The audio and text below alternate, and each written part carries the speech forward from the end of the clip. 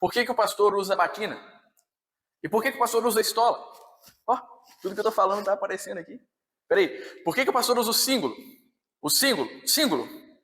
Peraí, calma aí, deixa eu me afastar, talvez é isso. Eu subi no degrau aqui. E por que o pastor usa o símbolo? Aí, viu? E por que o pastor usa uma estola com a cor combinando com... Peraí, eu não estou combinando. Peraí, vamos tentar de novo. Por que o pastor usa a estola com a cor combinando com a do paramento do altar? Agora sim, viu? Agora está tudo certo. Antes de te explicar o porquê ou o significado de todas essas vestes, eu quero te mostrar um pouquinho delas para fazer com que você entenda um pouquinho do significado. Talvez olhando para o significado que elas têm, a gente compreenda já um pouquinho do porquê elas são usadas e por que é tão importante assim quando nós vemos uma igreja ou vemos um pastor usando essas vestes. Não é algo essencial, no sentido de que se o pastor não usar isso, já começo dizendo isso, né? Se o pastor não usar, ele está errado e isso não pode ser considerado culto ou algo assim, tá? Nós não olhamos por esse lado, mas nós vemos sim uma grande importância para as vestes litúrgicas. Vamos começar falando então do que eu chamei de batina, e a gente pode chamar de alba ou túnica. Esse deve ser o nome ideal para essa roupa, até porque a cor branca dela já comunica alguma coisa, já simboliza algo. Ela simboliza a pureza, não do pastor, não desse que está usando essa roupa, mas a pureza de Cristo, quem ele representa ali no culto e durante a celebração. Então, eu vou continuar chamando de batina e aproveito até para explicar. A maioria das pessoas na IELB chamam essa veste de batina. Esse é o nome comum, entre aspas, que a gente tem para ela. Mas o nome correto, então, seria alba ou túnica. E aí uma outra questão do porquê que esse nome seria o ideal. Porque justamente essa veste é branca. E aí vem o termo alva, né? E aí nós entendemos então o significado da cor dessa veste também, porque ela sempre é branca, com esse padrão aqui, justamente para nos fazer lembrar do nosso batismo. Ela remete a uma veste batismal. E esse ministro que também é batizado traz então os méritos de Jesus para a congregação. Uma outra coisa que a gente pode olhar nessa roupa, eu até brinquei ali com a cor, né? É a estola.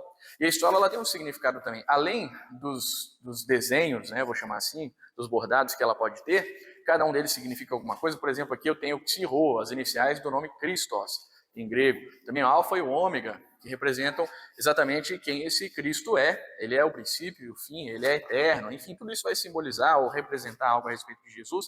Mas a própria estola, que dá a volta no pescoço, eu vou até mostrar para vocês aqui, né? Ela dá a volta por trás do pescoço e desce do outro lado, então é uma coisa só que a gente tem aqui. A própria estola, o formato dela já tem um significado. Ela traz esse significado do ofício das chaves, que é colocado sobre o ministro, ou para a igreja, né? Deus deu esse poder, o ofício das chaves à igreja. E o ministro, então, que carrega isso nas suas costas, faz isso com responsabilidade, uma responsabilidade cristã. Aqui também é importante a gente mencionar uma coisa interessante. A alba, ou a túnica, ou a batina, enfim, ela pode ser usada, por exemplo, por estudantes de teologia, no nosso caso, a partir do terceiro ano, alguma coisa assim.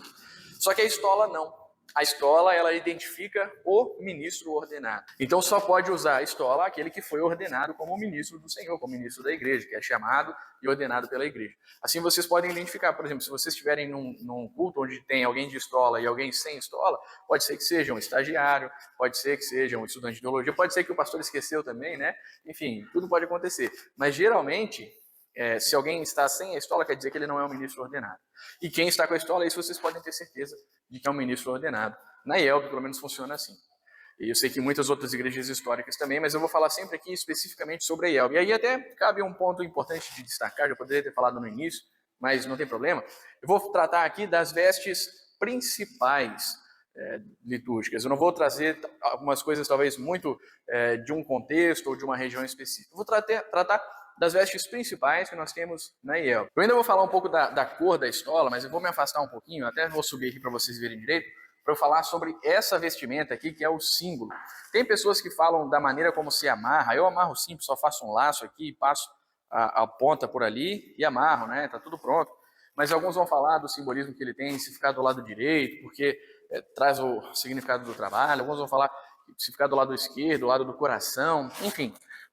Eu acho que talvez isso já seja detalhe demais, eu imagino que ninguém na congregação perceba isso, e seja muita coisa para falar.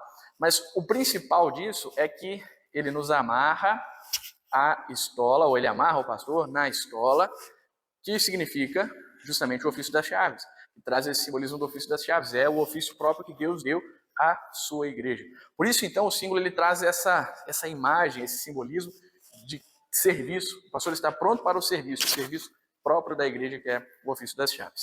Então, a gente pode resumir assim, talvez o significado do símbolo.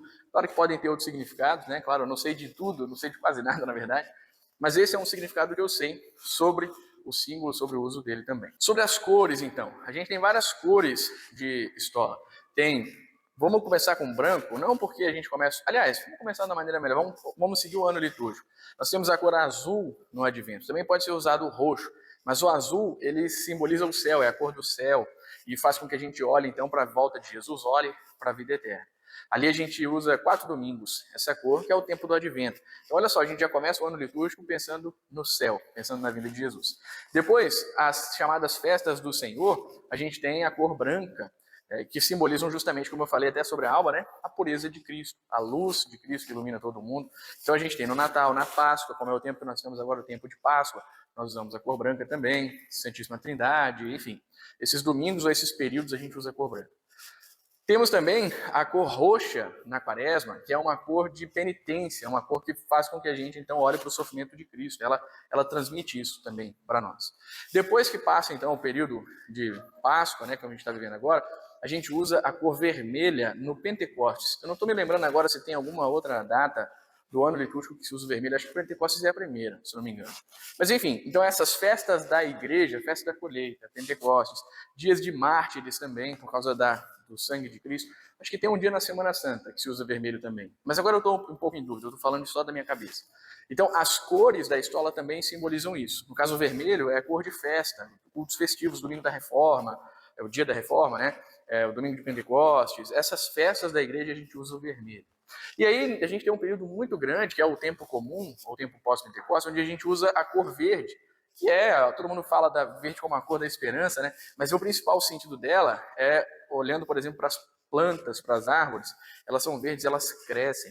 Eu até tenho uma estola com uma planta crescendo, com bordado, né, de uma planta crescendo sobre uma cruz. Eu acho o significado ali muito lindo, justamente assim como a igreja cresce a partir da cruz de Cristo, a partir da obra dele, né, semelhante a como as plantas crescem também, desenvolvem os seus ramos. Então as cores também são importantes. Tá? Eu confesso que eu estou um pouquinho com preguiça, por isso que eu não troquei as cores de tudo aqui, né? Mas vocês já viram e também desperta talvez o interesse de vocês acompanharem em alguma igreja luterana as cores do ano litúrgico na igreja. Agora eu vou fazer o seguinte, eu vou deixar vocês aqui um minutinho me esperando, eu vou até virar aqui, ó, para focar um pouquinho mais lá na porta, e eu vou lá rapidão, prometo que é rapidinho, eu vou trocar de roupa e volto aqui para falar com vocês da outra veste litúrgica. Espera aí. Não, eu não estou de luto e também não sou nenhum cavaleiro do Apocalipse. Essa daqui é a que a gente chama de batina preta, né, ou talar preto. Deixa eu ficar mais longe para vocês poderem ver ela como um todo também, quem nunca viu, né, não conhece. Mas essa aqui simplesmente é uma veste que foi usada também pelos reformadores, é usada também na IELB para alguns pastores. Ela essencialmente é uma veste acadêmica, é a veste dos doutores ou algo assim, né? A gente usa, por exemplo, na nossa formatura, no seminário, os professores usam também com as cores da universidade, as cores do grau deles e tudo mais, né? O grau de instrução. Mas também é muito utilizada, ou já foi mais, na verdade, utilizada nas celebrações, nos cultos. Na década de 90, na IELB, isso mudou um pouco. A grande maioria, ou todos os pastores usavam essa batina preta, e na década de 90, então, foi orientado o uso daquela veste branca. Ela tem se tornado uma veste ecumênica. Vocês já devem ter visto presbiterianos usando, anglicanos, tantas outras denominações usando aquela veste também. Não só luteranos e católicos, mas, enfim, várias igrejas cristãs. Então, essa veste também é uma veste que pode ser usada, mas a preferência na nossa igreja é para alba, com a estola, com o símbolo. Vocês viram todo o significado que aquelas roupas têm. De novo, isso daqui não torna o pastor mais pastor ou menos pastor. Se o pastor usa a batina branca ou a batina preta, não tem problema em si nisso, tá bom? Não fique agora escandalizado. Meu Deus, o pastor Arthur falou que a veste preta é uma veste acadêmica e o meu pastor só usa o preto aqui na congregação. Não é isso que eu estou falando, tá? Tudo bem se ele usa a veste preta ou usa a veste branca. O importante de tudo isso, agora que a gente quiser resumir bastante essa história, é que essas duas vestes, elas identificam o ministro. E essa é uma coisa muito importante também que eu quero mostrar para vocês. Eu vou lá para trás do altar. Eu poderia até estar com a estola, quer dizer, com a batina branca para demonstrar isso. Demonstraria até de certa maneira, um pouco melhor. Mas notem como é que eu estou aqui no altar. Se eu tivesse com a batina branca e a estola branca, vocês veriam até uma certa continuidade entre a minha veste e, entre aspas, a veste do altar, né, ou os paramentos do altar, é assim que a gente chama. E aí, por exemplo, quando o ministro está instituindo a Santa Ceia, eu vou usar isso como um exemplo, porque às vezes a gente celebra uma parte do culto aqui da frente também. Nós ficamos aqui, de frente para a congregação, ou de frente para o altar, nas orações e tudo mais.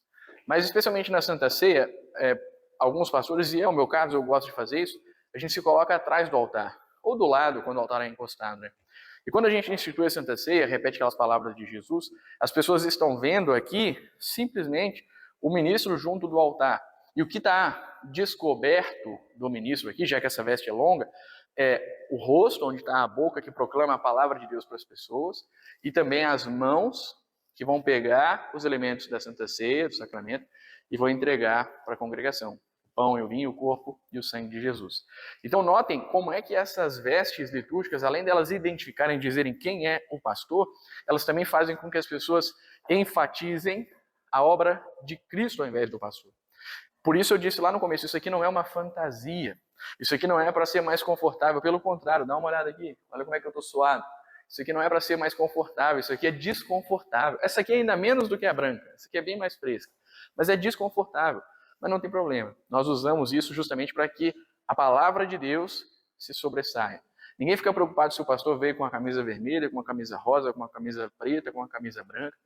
Não interessa, o pastor está de batina, o pastor está usando a estola da cor do templo litúrgico, da cor que está lá no altar. E isso comunica muito para a igreja, comunica muito para a cristandade na terra. Então, eu já mostrei para vocês grande parte das roupas litúrgicas que nós usamos, e agora vamos fazer o seguinte, vamos aproveitar da edição e vamos voltar lá para o escritório para eu explicar um pouquinho para vocês também do porquê que se usa, um pouquinho da história, de onde é que vieram essas vestes também. Vamos lá?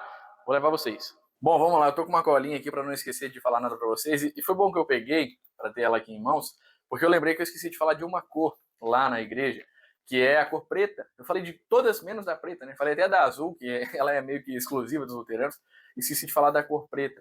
Ela é usada na Sexta-feira Santa, ela pode ser usada às vezes ali em questão de luto e tudo mais, apesar de que aí é um pouco de gosto pessoal, eu prefiro manter a cor litúrgica do ano da igreja, quando a gente está no sepultamento ou algo assim. Eu não sei quando eu uso a batina preta, né?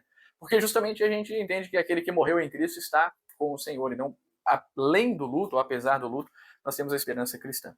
E aí, então, por exemplo, eu sempre opto pela cor preta na Sexta-feira Santa, que é justamente para a gente olhar para a morte de Cristo, esse que é a luz do mundo, que ali se entregou por nós, né? Entregou completamente a sua vida. Então ainda faltava essa cor litúrgica, que também tem a ver com as vestes litúrgicas. Eu vou falar no final sobre isso aqui, tá? Vocês devem estar talvez um pouquinho curiosos também a respeito disso, mas vai chegar. Como é que a gente vai falar sobre as vestes litúrgicas e dizer a importância que elas têm para as pessoas? A gente vai começar pelo texto bíblico. Não existe nada na Bíblia dizendo assim, os pastores do Novo Testamento precisam utilizar uma roupa específica ou a roupa desse jeito.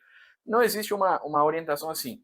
Mas no Antigo Testamento existia uma orientação sobre a roupa dos sacerdotes. Lá em Êxodo 28 e Êxodo 39 a gente tem a referência às roupas dos sacerdotes. E elas eram, acreditem, muito mais luxuosas do que as roupas que a gente usa hoje em dia, por mais que muitas sejam muito bonitas, muito bem feitas, né? De fato são caprichadas. Então, se você ler Êxodo 28, Êxodo 39, é basicamente uma repetição que acontece ali. Você vai ver como era que Deus tinha escolhido as roupas dos sacerdotes. Inclusive ali o texto até fala assim, para honrá-lo, né? Você vai fazer a roupa deles para honrá-los, para embelezá-los, algo nesse sentido, né? Claro que não era para simplesmente falar do sacerdote, né? Era para falar do próprio Deus, quem tinha chamado e colocado aquele sacerdote naquele lugar, naquela posição ali. Um outro texto bíblico que a gente pode utilizar para isso é quando Paulo fala aos Coríntios sobre ordem e decência. Tudo na igreja tem que ser feito assim, com ordem e decência. Então, quando o pastor usa uma batina, quando o pastor usa, seja camisa clerical, né, que eu vou falar o significado ainda, calma aí, ou pelo menos a história de onde ela vem, né, ele está usando ali não simplesmente para aparecer. Na verdade, como eu mostrei lá no altar, é para esconder, né, para que o pastor seja sempre igual, independente de quem seja ou do dia em que o mesmo pastor apareça ali. Aquilo identifica o ministro, então identifica Cristo e a sua palavra.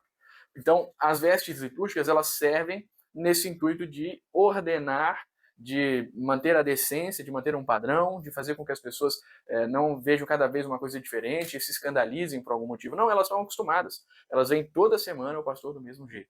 Então esse princípio de ordem e decência para toda a igreja não é diferente, por exemplo, quando a gente fala das vestes litúrgicas. É um princípio. Nós olhamos para isso também a partir de algo muito importante dentro da igreja, apesar de ser pouco falado, então de ser algo que a gente precisa falar depois que a gente já entende muito sobre a teologia, muito sobre as outras coisas, que é o adiáforo. Isso é um adiáforo. O que significa isso? É uma coisa facultativa. A igreja tem a opção, tem a oportunidade de, entre aspas, escolher se ela vai usar ou não. Por que eu digo entre aspas? Porque não é simplesmente uma escolha. Quando a gente fala isso, parece que é um gosto pessoal. Mas é, de fato, uma análise para entender se aquilo vale a pena, se aquilo é importante, se aquilo é digno, enfim. Então, as vestes litúrgicas, elas são um adiáforo. Elas não determinam se o culto é verdadeiro, se o culto é litúrgico, ou qualquer coisa nesse sentido, mas elas, sim, elas podem ajudar a identificar aquilo ali. Então, é dessa maneira que nós vamos olhar para as vestes litúrgicas. Como eu já falei lá na igreja, se o pastor não usar, por exemplo, e instituir a Santa Ceia, isso não é uma blasfêmia. O pastor está lá sem a batina, sem estar lá fazendo a instituição da Santa Ceia, repetindo as palavras da instituição ali. Mas, por exemplo, na nossa igreja, os pastores são recomendados a usarem. De novo, também não é uma ordem explícita, no sentido todo pastor tem que usar em toda a celebração. Não necessariamente. Tem casos específicos onde não há problema disso não ser utilizado. Mas a recomendação é, se use a batina. Né? Então não vai simplesmente do gosto pessoal ou do humor do pastor, né? Uma outra coisa que a gente pode lembrar, quando a gente vai falar das vestes litúrgicas, e na verdade deve lembrar, é da história da igreja, é entender como é que os primeiros cristãos se comportaram, entender como é que a igreja tratou esse assunto, para que a gente entenda também como é que nós podemos tratar, para a gente não cair nos mesmos erros e para que a gente aprenda com os erros e acertos que eles tiveram também. Então a gente tem vários pais da igreja que falam, eu consigo lembrar agora, por exemplo, de Clemente de Roma, ele falava muito de algo, eu não sei pronunciar isso porque eu nunca ouvi ninguém falando essa palavra, mas é eutáxia, que acho que é mais ou menos assim que pronuncia, que é justamente sobre a ordem da igreja. Ele dizia que o sacerdote ele tinha que estar separado, ele tinha que ser identificado como alguém separado para aquele ofício que ele estava realizando ali. Então, eu até peço que alguém me corrija se eu estou pronunciando essa palavra errada, né? Mas eu nunca ouvi, confesso, ninguém falando essa palavra. E, de fato, desde o primeiro século, então, nós vemos a igreja frisando, enfatizando essa ordem, né, essa maneira como os ministros deveriam se portar, se identificar diante da igreja também. A gente tem muitos outros, né, eu posso até tentar colocar aqui na tela, os que eu não me lembro agora, para que vocês vejam, né, e tentem pesquisar se o assunto interessar a vocês, né, mas a gente tem muitos momentos onde na história da igreja é falado sobre isso. E aí a gente vai ver que na história da igreja, essa veste foi, de certa maneira, se moldando, ou se atualizando, algo nesse sentido, né. As vestes que nós utilizamos hoje, por exemplo, elas são meio que ecumênicas. Eu já comentei isso lá dentro da igreja. Tem várias igrejas que usam isso. E elas são vestes que vêm desde... Elas foram desenvolvidas, é claro, né? Mas desde a época do começo do Império Romano, ou do começo da era cristã no Império Romano, e são vestes parecidas com as vestes de trabalho do Império Romano. Mas elas, claro, foram adaptadas para serem usadas no contexto eclesiástico ou no contexto litúrgico. Então, se a gente pode tirar uma conclusão disso, né, do porquê que os pastores usam, padres, enfim, né, eu falo pastores aqui porque eu estou falando em nome da IELB, né, por que os pastores usam essa roupa? O principal motivo, ou os principais, né, são duas coisas que eu quero falar aqui, para que ele seja identificado como ministro, não confunda as pessoas, nem escandalize por alguma roupa um tanto quanto esquisita demais ou algo assim, mas é a mesma roupa, é uma roupa padronizada, então ele é identificado como o ministro daquela congregação, o ministro de Cristo, e também é algo que conecta o pastor, o ministro e a igreja à igreja na história. Não há uma ruptura, olha, tem uma época que usa, depois não usa mais, depois ninguém mais quer saber disso, depois agora usa uma coisa diferente, depois tem que inventar uma coisa nova, não é uma moda, entendem? As vestes litúrgicas não são moda, até porque se fosse moda eu já ia tentar mudar, eu mostrei para vocês o calor que eu estava passando só para gravar esse vídeo, imagina então 1 hora e meia, 2 horas usando aquela roupa lá. Eu ia botar, com certeza, a minha moda ia ser bermuda e chinelo, né? Claro, eu não ia fazer isso porque também tem a questão da reverência, né? Mas se fosse só por isso, poderíamos colocar uma outra coisa. Não é moda, é uma identificação da igreja no todo da história da igreja cristã. Esses talvez sejam, então, os dois principais motivos do porquê o pastor usa a veste está lá. E até quando eu falo ali de identificar o ministro, é identificar ele não só para que as pessoas saibam que aquele que está lá na frente pregando, administrando os sacramentos é o ministro, Porque, bom, se ele está fazendo aquilo ali, ninguém mandou ele sair de lá, é porque ele deve ser o pastor mesmo, né? Mas identificar o ministro no sentido de que ele não é simplesmente um homem, ou ele não está fazendo ali o papel de um homem, acho que é melhor falar assim, mas ele está ali como representante de Cristo. Por isso, quando ele então institui os sacramentos, não é uma autoridade dele que faz com que aquilo seja realizado, mas é a autoridade de Cristo, porque ele é ministro de Cristo. Quando ele perdoa os pecados, ele não está perdoando ali porque ele descobriu alguma maneira de perdoar pecados, não, mas porque ele faz isso em nome de Cristo. Então é nesse sentido do identificar o ministro ali na igreja, na congregação. E agora que eu prometi, né, que eu ia falar sobre essa veste aqui, a gente chama de camisa clerical, eu pelo menos chamo assim, ela pode ter outros nomes, né, mas esse talvez seja o nome mais comum, né. A gente tem esse colarinho, né, essa peça, é uma peça de plástico, eu vou tirar para vocês verem, isso aqui dá para fazer com vários materiais, mas geralmente quando você compra uma camisa já vem um junto. E ela é fechadinha aqui, ó, olha como é que é a gola, deixa eu abrir a luz aqui. Ela é fechadinha aqui e a pecinha de plástico, ou a clésima, né, ela entra aqui e dá essa faixinha branca. Essa veste, ela também traz esse sentido de separar o ministro, de identificar ele, e também, né, essa parte branca de trazer essa pureza, como se fosse uma coleira ou algo assim, né? Eu estou preso a Cristo, ao ministério, algo nesse sentido.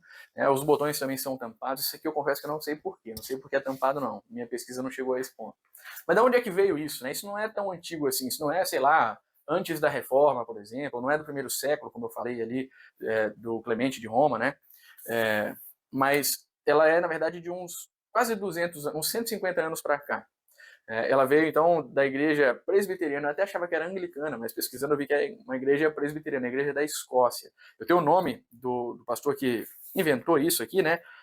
O reitor Donald MacLeod. Não sei se pronuncia assim, mas vai estar escrito aqui para vocês também, né? E ele fez isso para que fosse uma maneira fácil, com esse colarinho destacável, né? Uma maneira mais fácil, mais prática dos pastores e, né, os ministros terem uma roupa que os identificasse como alguém que estava separado para o sacerdócio, né, o ministério, melhor dizendo, né. Muitas pessoas acham que isso aqui é uma roupa da Igreja Católica. A Igreja Católica começou a usar isso aqui tem mais ou menos uns 70, uns 60 anos, por aí, é uma estimativa, né, depois do Concílio Vaticano II. Antes disso, os padres usavam o que eles ainda usam, que é a batina, uma roupa completa, preta, com um colarinho parecido também, ou uma outra roupa que tem uma outra peça enrolada em todo o pescoço, eu não sei o nome dela. Acabei não anotando aqui para falar. Mas enfim, então são roupas também parecidas, mas não é a mesma. Hoje em dia, muitos padres também usam essa mesma roupa, igual a gente usa.